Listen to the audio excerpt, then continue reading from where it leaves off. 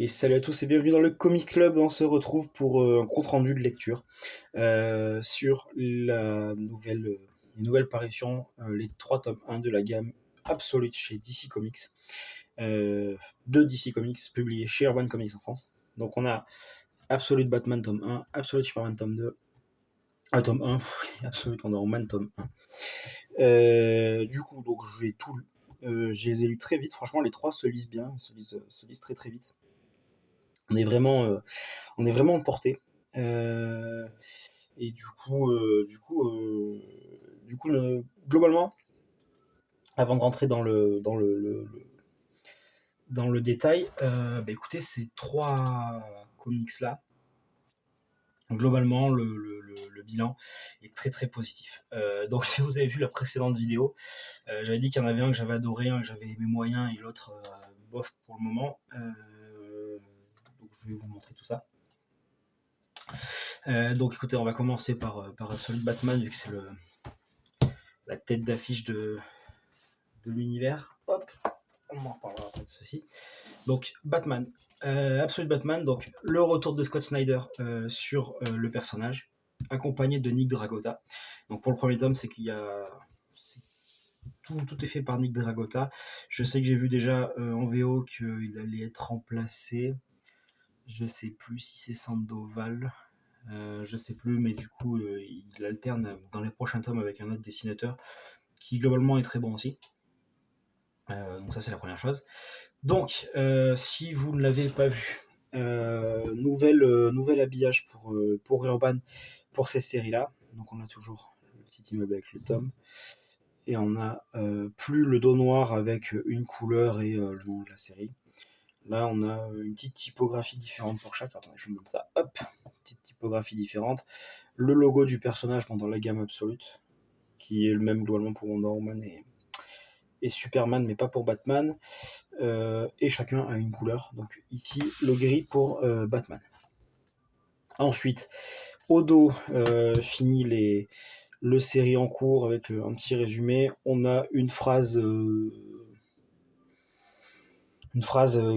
tirée en fait du scénario, le nom de la série et un résumé. Voilà. Donc, je vous montre un peu tout ça. Hop, donc tome 1, on a la petite intro pour chaque personnage de l'auteur. Donc je vous la mets là, c'est intéressant, ça peut peut-être vous donner envie si vous n'avez pas sauté le pas. Alors attendez, est-ce que si je le rapproche... Ah, ça l'avait fait. Allez. Fais le focus. Voilà. Je vous laisse faire pause si vous voulez. Je vous montrerai du coup les 3. Et donc, le pitch, sans plus attendre. Bruce Wayne n'est pas riche dans ce monde-là. Bruce Wayne est un ouvrier. Mais je vais vous lire le résumé, ça parlera peut-être un petit peu plus. Alors, Bruce Wayne n'est pas né avec les bonnes cartes en main. Vivant dans les quartiers les plus défavorisés de Gotham, il a vécu enfant l'horreur inimaginable d'une fusillade changeant à jamais le cours de sa vie. Éloigné des manoirs, des majordomes et des ressources illimitées de la haute société de Gotham, Bruce n'a pas d'autre choix que de se faire former lui-même, à la force de ses bras face à un monde qui lui demande d'être plus impitoyable que jamais. Et alors que le gang de Black Mask sème la terreur dans la ville, il n'hésitera pas à déchaîner un torrent de violence contre ses adversaires pour que le message soit clair. Il y a un nouveau justicier en ville. Voilà, donc grosso modo, le parti pris donc, sera pour les 3 personnages de la gamme Absolute. C'est le personnage d'ici avec un twist. Grosso modo, on change un élément, ou plusieurs d'ailleurs, mais on change globalement un gros élément de son histoire. Et ben on voit ce que ça donne. En ce qui concerne Bruce Wayne, il n'est pas riche. Il est plutôt défavorisé. Donc toute son enfance n'est pas la même. Et du coup, des personnages autour de lui, effectivement, s'en retrouvent changés. Donc on retrouve effectivement une histoire de fusillade, comme vous avez vu dans le résumé. Bon, il risque d'y avoir certains peut-être spoil, mais mais je vais essayer de faire au mieux. Mais du coup, le personnage d'Alfred est bien présent, mais sous une autre forme. Je le trouve génial. Je le trouve vraiment génial. Seul le père de Bruce est mort dans la fusillade. Sa mère, elle, est bien vivante. Et ça, je trouve ça hyper intéressant parce que ça change vraiment la dynamique du personnage. De pas être seul au monde, entre guillemets. Son enfance est également du coup différente parce que du coup ses parents ne sont pas riches. Donc son père est professeur et sa mère je ne sais plus.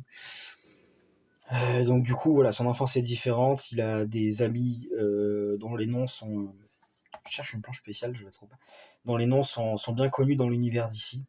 On a évidemment le personnage de Jim Gordon qui pareil est différent mais qui est très très très intéressant également. Voilà, donc on retrouve l'univers Batman, on n'est pas perdu. Mais vraiment, je trouve les changements et les twists super intéressants. Le méchant, entre guillemets, pour l'instant dans le premier arc, on est sur le gang des Black Mask. Pareil, leurs motivations, entre guillemets, sont plutôt bien faites. Franchement, ça se tient. C'est pas foncièrement cliché comme certains récits récents, notamment de Batman qu'on a pu voir. Donc non, franchement, ce tome 1, il est vraiment très très bon. Comme je vous dis, alors c'est un peu le même effet que l'univers Ultimate en fait chez Marvel. Euh, Moi, ce que j'adore déjà dans ce genre de Elseworld, d'univers parallèle entre guillemets, c'est voir comment ils ont changé les personnages qu'on connaît. Quel est le twist, comment on va les retrouver. Par exemple, quand je vous disais, Jim Gordon est présent, Alfred est présent, j'adore par exemple le personnage d'Alfred. Il n'a rien à voir avec le monde réel, mais du coup, il y a quand même des références. Il y a quand même des bases qui sont les mêmes. Il y a des noms de personnages, des fois seulement des petits caméos, entre guillemets, mais qui ont changé, qui servent l'histoire. Et c'est le genre de choses que j'aime beaucoup. C'est le genre de choses que j'aime beaucoup. Ensuite, en termes juste Batman, il est beaucoup plus violent. Parce que du coup c'est pas quelqu'un qui a été élevé dans l'élite de la ville, c'est quelqu'un qui a vécu dans les bas-fonds de Gotham, donc qui a vécu de la violence au-delà donc de la fusillade, etc. Donc qui a vu de la violence, qui travaille sur les chantiers, donc c'est pour ça qu'en fait il est très très musclé. Je trouve ça vraiment bien. Alors, attendez, hop, je vais pas trop regarder vers la fin, mais vous voyez rien que ses couvertures. Il a des nouveaux j'allais dire pouvoir, mais pour Batman, c'est pas le mot, mais il y a des nouveaux atouts. On découvre du nouveau matériel parce que il n'est pas riche, donc il doit se construire lui-même son matériel ou le trouver ou détourner certaines choses pour les utiliser de manière différente, etc. Il a une nouvelle Batmobile, je vous laisserai découvrir ça. C'est pareil vis-à-vis de son travail dans les chantiers, etc. Vraiment, c'est très très bien fait. J'ai adoré, gros coup de cœur pour cette série absolue de Batman. Vivement la suite. Vous voyez, je vous ai un peu feuilleté en discutant. Les dessins de Nick Dragotta sont vraiment géniaux. Bon, le seul truc, c'est ce logo là, qui moi me plaît pas forcément. On reconnaît pas forcément la chauve-souris, mais bon, c'est pour le coup un petit peu à l'image du récit et de ce Batman là. C'est plus grossier, c'est plus voilà. Franchement, Scott Snyder, moi j'avais adoré son run Batman New 52, notamment le début, avec la cour des boules, la nuit des hiboux. Moi j'avais bien aimé également l'an 0. Après, dans ces délires Dark Knight Metal, j'ai pas du tout adhéré, j'ai abandonné quasiment au début. Bien là, j'avais de l'appréhension parce que du coup, comme je vous dis, avec Dark Knight Metal et notamment c'était New Justice qu'il avait fait. À chaque fois ça part bien et puis ça part dans des délires terribles. Et ben là, franchement, je suis conquis. Vivement le tome 2. Ensuite, qu'est-ce que j'ai? Hop, je prends. Hop, Wonder Woman. Donc, pareil, nouvelle DA, donc couleur rouge pour Wonder Woman. Kelly Thompson au scénario, Aidan Sherman au dessin. Je sais pas ce que je préfère, mais il y a quand même des choses intéressantes. Hop, pareil, la petite phrase: je suis Diana de Themyscira, fille de Circé, princesse des enfers, et tant que je respirerai, ce monde ne vous appartiendra pas. Donc ça annonce la couleur. Alors, je ne vous ai pas lu. La petite phrase de Batman, ça aurait pu être: tu es rapide, adroit, tu te prépares depuis un bail, hein. Brutal mais précis. Tu fais un numéro, tu y prends du plaisir. qu'effectivement, ça résume bien le personnage un peu bourrin de Bruce Wayne dans ce comics. Bon, retour à Wonder Woman, donc. Diana Themyscira, donc je vais vous lire également, comme tout à l'heure, hop, le petit résumé. Depuis des millénaires, les Amazones ont protégé l'humanité dans l'ombre, empêchant les incursions des monstres venus d'ailleurs. Mais quand les dieux leur tournent le dos, Diana, l'enfant appelée à devenir la princesse des Amazones, est exilée aux enfers pour être élevée par la sorcière Circé, et le nom même des Amazones est définitivement rayé de l'histoire. Sans île du paradis, sans la sororité qui l'a forgée en tant qu'héroïne, et sans même son rôle d'émissaire de paix, Diana reste Wonder Woman. Voilà, donc ça annonce tout, en fait. Donc hop, je vous montre la petite planche. Dernière Amazon. Donc je vais vous montrer également, je vous laisserai faire pause, la petite introduction, parce que pour le coup, elles sont bien faites, et je trouve que les trois donnent envie de lire le comics, en fait. Kelly Thompson, j'aime beaucoup. Aidan Sherman, c'est pas ce que je préfère, les dessins sont pas complètement fous, par contre, je trouve qu'il y a des propositions de découpage de pages qui sont vraiment, vraiment, vraiment sympas. Je vous en montrerai quelques-unes. Et du coup, donc pour vous dire, bon, le Absolute Batman, c'est le comics que j'adorais. Celui-là, c'est le comics bof bof. C'est-à-dire que l'histoire est fluide, ça se lit bien. J'ai pas été convaincu. Maintenant, c'est Kelly Thompson. J'aime beaucoup cette autrice, cette scénariste. J'ai adoré par exemple son run sur Captain Marvel chez Marvel. J'ai adoré ce qu'elle a pu faire sur Black Widow également. J'ai beaucoup aimé également sa Jessica Jones. Jessica Jones, c'est un personnage que j'aime beaucoup et je trouve que depuis Bendy, c'est peut-être la personne qui l'a le plus respecté. Donc j'aime beaucoup Kelly Thompson. Donc quoi qu'il arrive, je prendrai le second tome parce que c'est pas nul, vraiment. Au contraire, je pense que c'est plutôt moi qui accroche pas que le récit qui est nul. Parce que franchement, c'est pas mal ficelé. C'est juste que je trouve que ce tome-là, autant par exemple dans Batman, il se passe des choses. Dans le Superman, on en reparlera après, il se passe des choses.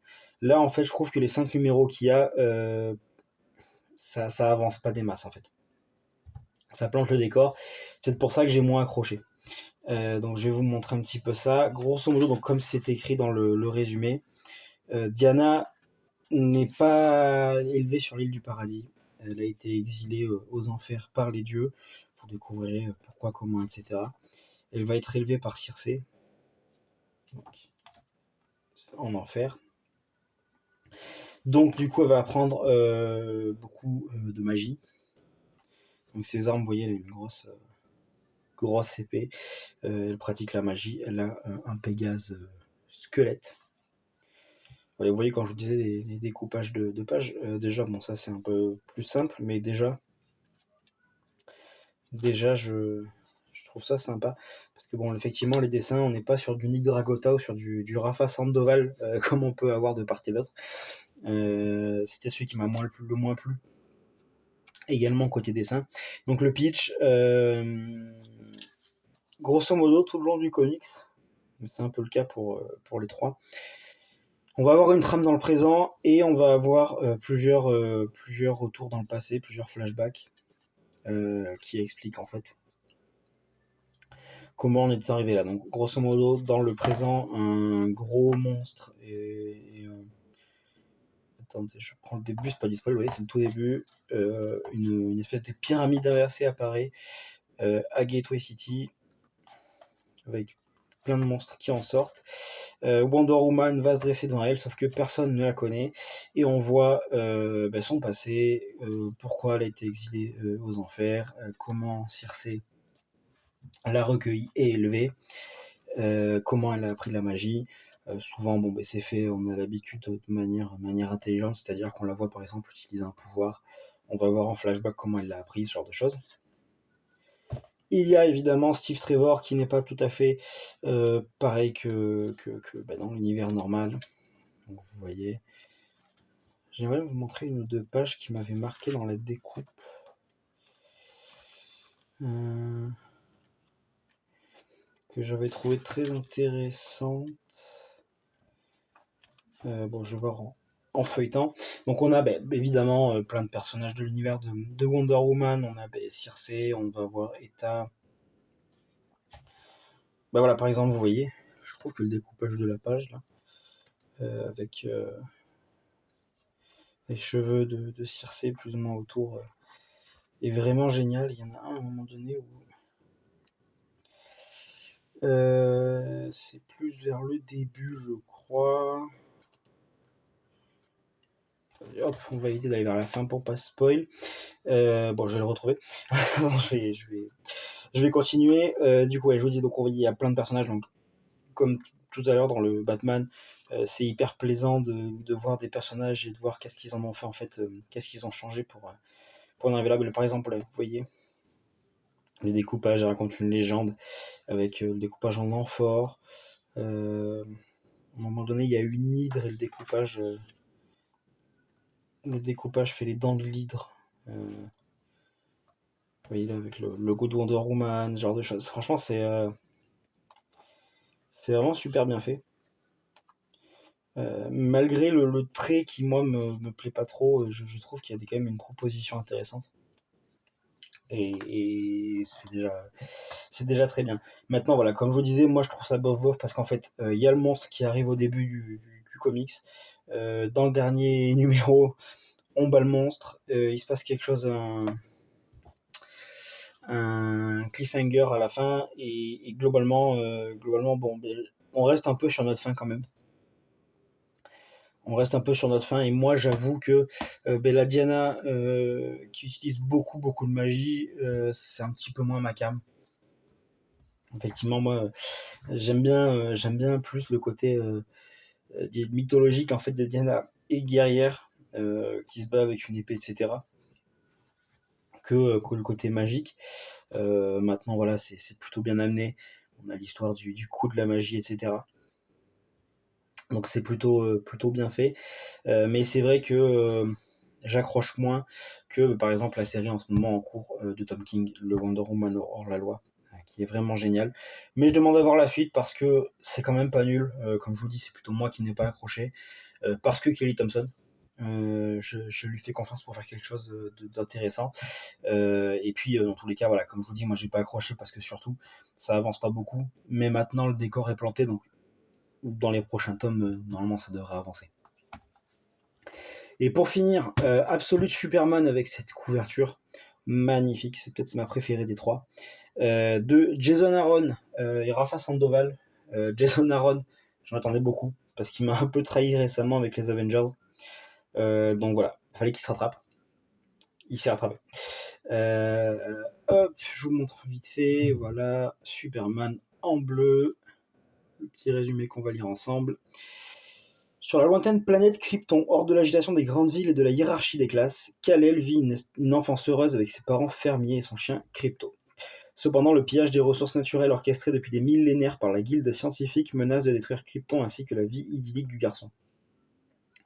Des années plus tard, sur la planète Terre, un homme au pouvoir surhumain se dresse face aux jougs de la Lazarus Corp, qui exploite les travailleurs dans le monde entier. Dans toutes les langues, dans tous les bidonvilles, le nom de celui qui symbolise l'espoir d'une révolution qui gronde résonne désormais haut et fort. Superman.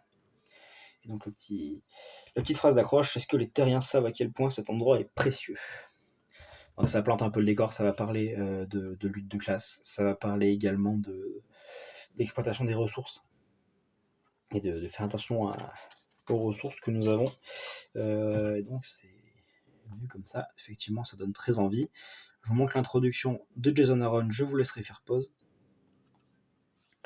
Sublime dessin. Franchement, en termes de dessin, c'est peut-être le plus beau. Non seulement parce que bon, il y a des paysages de Krypton qui donnent lieu, qui donnent prétexte à des superbes dessins de paysages. Vous voyez, typiquement, ces cases-là, je les trouve magnifiques. Et parce que voilà, il y a plus de couleurs effectivement que dans un Batman par exemple. Et puis Rafa Sandoval, c'est très très fort. Du coup, on retrouve Kal-El qui, Krypton n'a pas explosé encore, il n'est pas venu sur Terre en étant bébé, il a grandi sur Krypton. Ses parents sont des fermiers, comme vous avez pu l'entendre dans le résumé, et on découvre le fonctionnement de Krypton. On découvre qu'en fait Krypton est divisé en castes très séparées. Donc il y a les scientifiques, le juridique, il y a les fermiers, Il y a plusieurs castes comme ça. Les parents de Cal, eux, sont des fermiers, et travaillent donc dans les champs. On apprend également qu'ils ne sont pas fermiers par choix, mais parce qu'ils ont voulu, chacun à leur manière, dénoncer certaines choses que font les castes les plus hautes, et du coup, ils ont été bannis, entre guillemets, des hautes castes. Et on voit du coup Cal qui grandit dans cet univers-là. On voit quand même des grosses références à Clark Kent, notamment Kal-El à l'école rend des exposés, il fait du travail journalistique, il s'oppose à certaines choses dans la manière d'éduquer et de penser sur sa planète.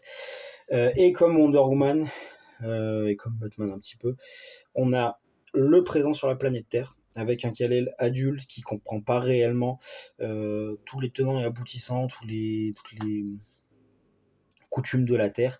La seule chose qu'on sait, c'est qu'il parle plusieurs langues et qu'il aide les pauvres. Regardez-moi cette planche aussi. Ça apparaît plusieurs fois. Les dessins dans des onomatopées, là, je trouve ça magnifique. Et donc, du coup, on voit en parallèle son passé sur Krypton. Donc avant la destruction, mais là cette fois-ci, la grosse différence c'est que il a vécu cette destruction. Il a vécu sur Krypton. Et je trouve ça magnifique. Dans le présent, donc toujours pareil, les personnages ont changé un petit peu, que ce soit Lois Lane évidemment, que ce soit Brainiac, etc. Donc pareil, je vous laisserai découvrir tout ça. Superman a un nouveau pouvoir. Il a son espèce de cape qui s'appelle Sol, qui fait en fait office d'IA pour le guider, pour l'aider à prendre des décisions, pour l'aider à comprendre ce qu'il voit également, qui a été créé par ses parents. Et franchement, c'est super intéressant. C'est-à-dire que le côté lutte de classe sur Krypton, on reconnaît, on reconnaît évidemment certaines choses qui se passent chez nous. Pas donc voilà, avec évidemment toujours très exagéré, mais voilà, le pillage des ressources crée une instabilité en fait sur Krypton, ce qui va expliquer, je pense son explosion.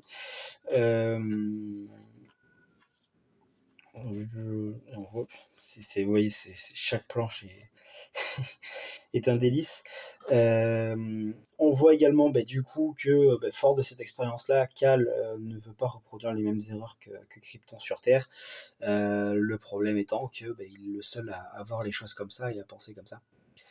Et donc il va se heurter à des pensées, les pensées des humains qui ne sont pas forcément les siennes, et il ne comprend pas forcément comment tout fonctionne sur cette planète, étant donné que lui a vu le résultat de certaines des actions qui se passent.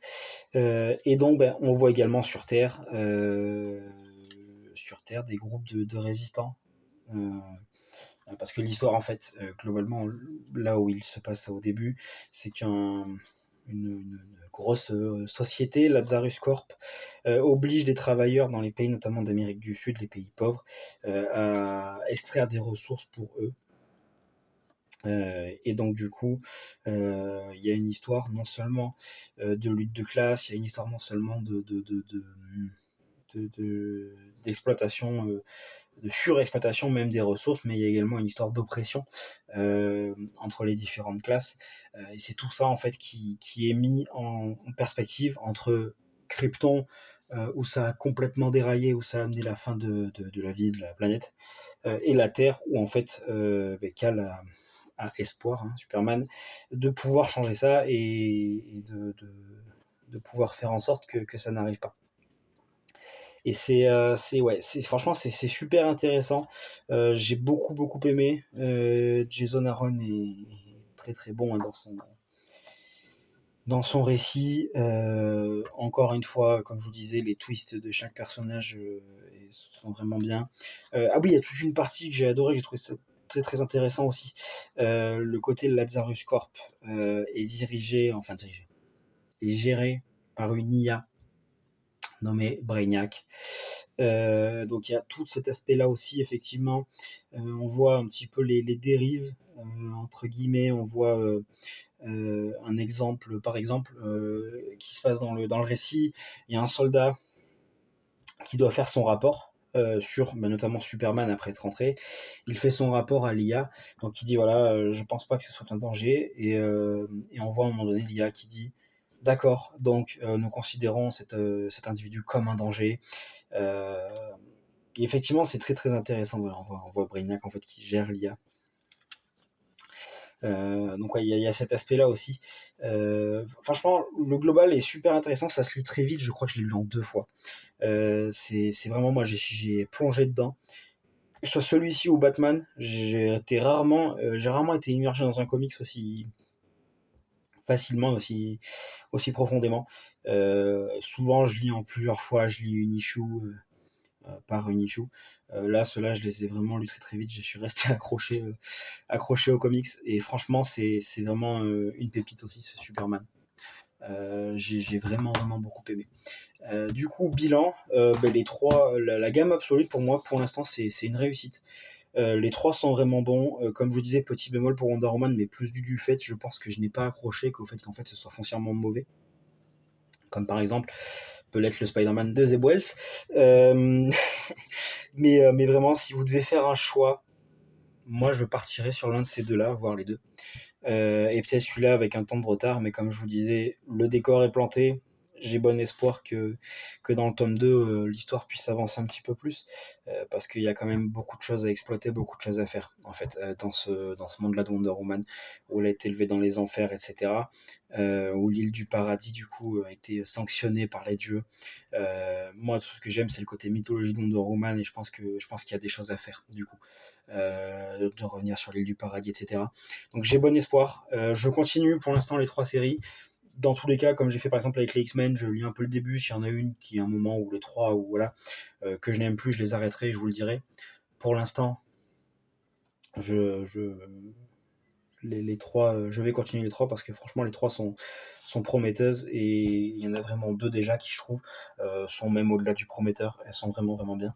C'est-à-dire que même si la série, bon, je serais déçu, hein, mais par exemple si la série Superman devient de moins en moins bien, bon ben déjà ce premier tome m'a conquis, et déjà je trouve que ce premier tome est vraiment très très bon. Voilà, donc n'hésitez pas à me dire, vous, si vous les avez pris, ce que vous en avez pensé, lesquels vous avez préférés, lesquels vous avez moins aimé, est-ce que vous comptez continuer, si oui, lesquels. N'hésitez pas à me dire également si vous avez fait d'autres achats, quelle lecture vous faites en ce moment. Moi, je vous souhaite du coup de très très bonnes lectures, et je vous dis à bientôt dans le Comics Club.